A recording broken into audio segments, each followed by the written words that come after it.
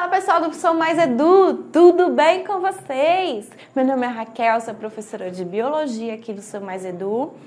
Você que ainda não se cadastrou aqui no nosso canal no YouTube, faça o favor, venha cá, se cadastre aqui, coloque o sininho de notificação, porque você sabe muito bem, tem muito conteúdo bom aqui para você estudar para o Enem, para você se preparar para o Enem. Tem todos os assuntos do Enem, tem artes, tem literatura, tem matemática, tem tudo que você pode aí ir estudando aí para o Enem, se preparando, tá bom? Tem muita dica bacana. Para você que ainda não conheceu o nosso site, aqui na descrição tem um link, vai lá, dá uma conhecida aí no nosso site, tá bom? Aproveita as super promoções que tem lá para você ir preparando para o Enem. Hoje nós vamos falar de uma dica muito importante, né, que também é cobrado, botânica é cobrado bastante no Enem. Nós vamos falar um pouquinho aí dos tecidos vegetais. Para a gente poder falar dos tecidos vegetais, vamos só relembrar um pouquinho da classificação, né, dos vegetais. Então, nós temos aí o reino Plantae, né, o reino Metáfita, né, nós temos aí, são células, são células eucarióticas, são fotossintetizantes, né, são seres autotróficos e vão formar organismos pluricelulares. Essa é a característica do reino Plantae. Células eucariontes, fotossintetizantes, que vão criar organismos pluricelulares, ok? E para a gente entender, né, cada grupinho tem uma evoluçãozinha aí no grupinho. Então, nós começamos aí com as briófitas. As briófitas são as mais simples do grupo, não é como se fosse o esboço do que seriam as plantas, né? Então as briófitas são pequenininhas, são os musgos, né? Não tem um tecido verdadeiro bonitão, não tem vasos condutores, são pequenininhas, elas não chegaram a ter um grande porte. Para a reprodução são totalmente dependentes da água, a gameta delas são flageladas. Aí depois vem o grupo das pterodófitas. Já deu uma melhorada porque surgiu vasos condutores, aí ela vai ter mais tecidos diferenciados, né? Vai ter tecidos bacanas aí, ela vai crescer, porque tem vasos condutores, tem tecido de sustentação, vai conseguir crescer, né? Vai formar as samambaias e tal, mas ainda vai ficar dependente da água, porque a reprodução ainda depende da água, ela ainda tem gametas flageladas. Aí o próximo grupo, que deu um saltinho melhor, foi as gimnospermas. Esse grupo, né, já tem bastante tecido diferente, bastante, né, estrutura diferente, já conseguiu adquirir uma forma, então, de fazer sua reprodução sem a dependência da água. Com isso, essas plantas puderam se afastar do ambiente, né, não precisavam de ficar tão perto aí, né, de ambientes aquáticos, puderam afastar um pouco. E depois nós temos o surgimento das angiospermas. As angiospermas representam um grande grupo vegetal, né? A grande maioria aí das espécies que nós temos são angiospermas, porque elas tiveram uma novidade reprodutiva muito bacana, que é a presença aí do fruto e da flor.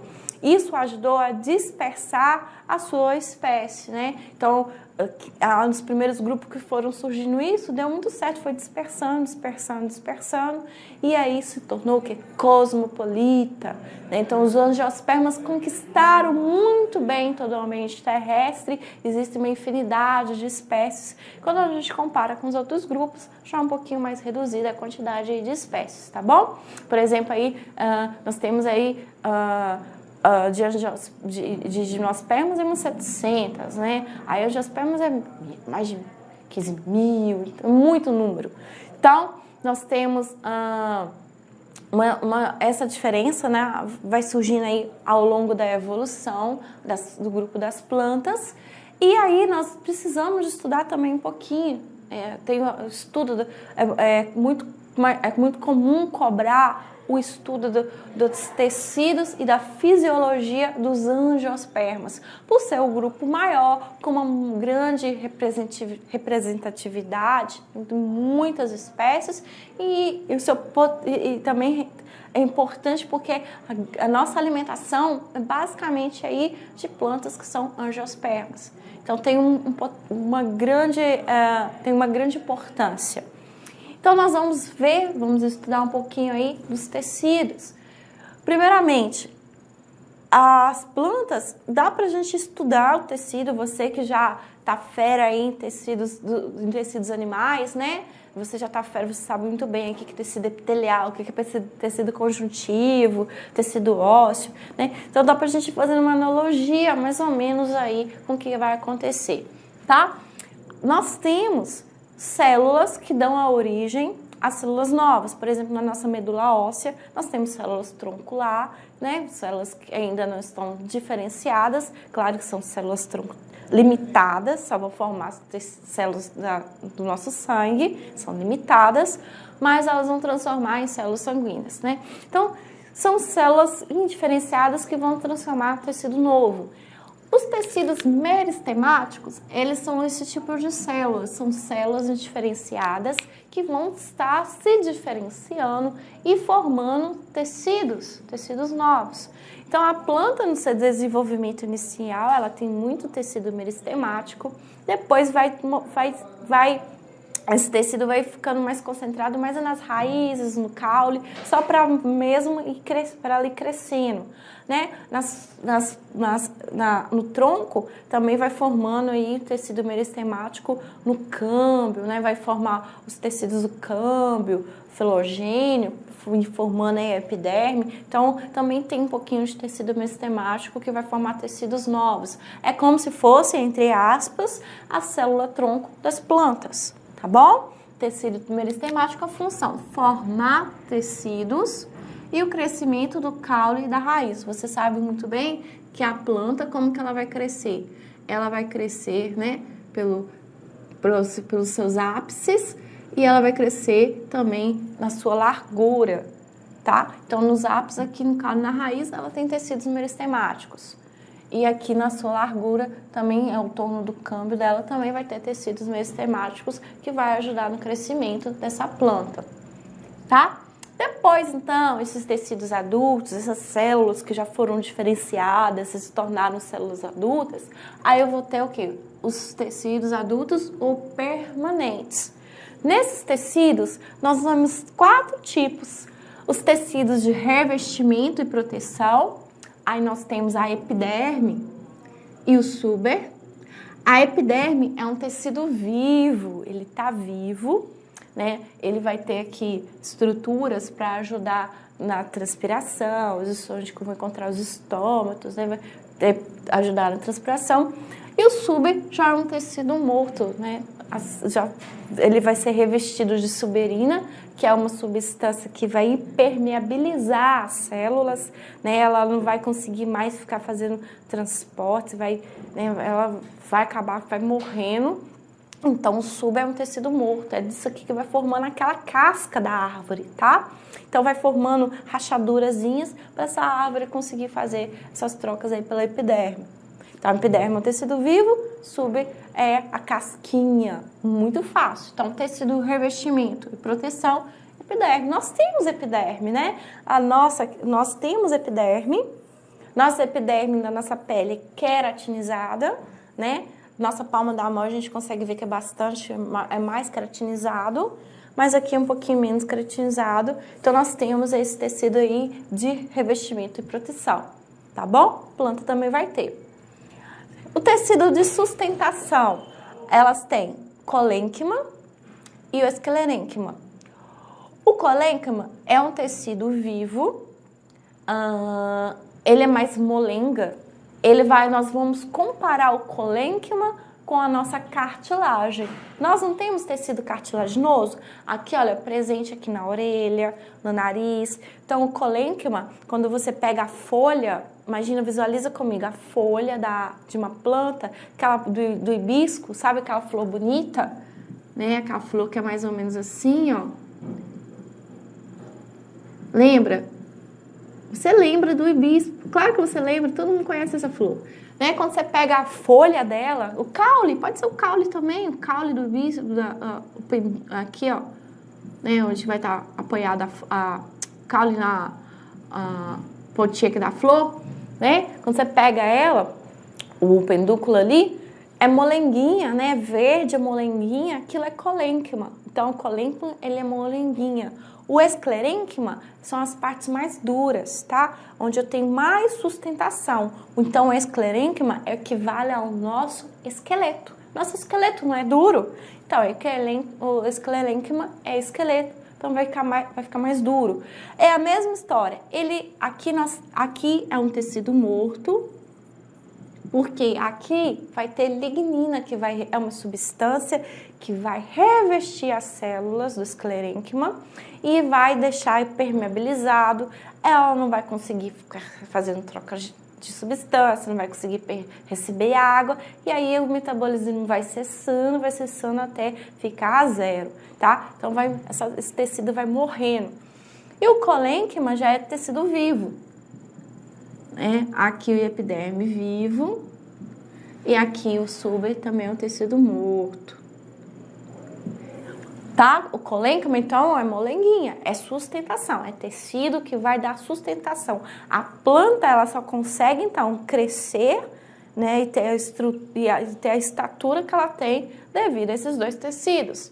A briófita, né, que eu expliquei no inicinho, ela não tem esses tecidos, ela não tem nem tecido vascular. Então, por isso que ela não consegue crescer, ela fica um musguinho ali, né, aquele trenzinho ali, não desenvolve, não cresce, porque ela não tem tecido, tá? É o típico daquela divisão ali daquelas plantas. E aí, nós temos no nosso corpo um sistema todo para transportar nosso sangue, para transportar né? Nós temos os nossos vasos linfáticos. As plantas também vão ter os condutores de seiva. Floema vai conduzir seiva elaborada, correto? E o xilema vai conduzir seiva bruta. Essa seiva elaborada é o produto da fotossíntese, vai ter glicose, né? Vai ter aminoácidos, vai ter matéria orgânica.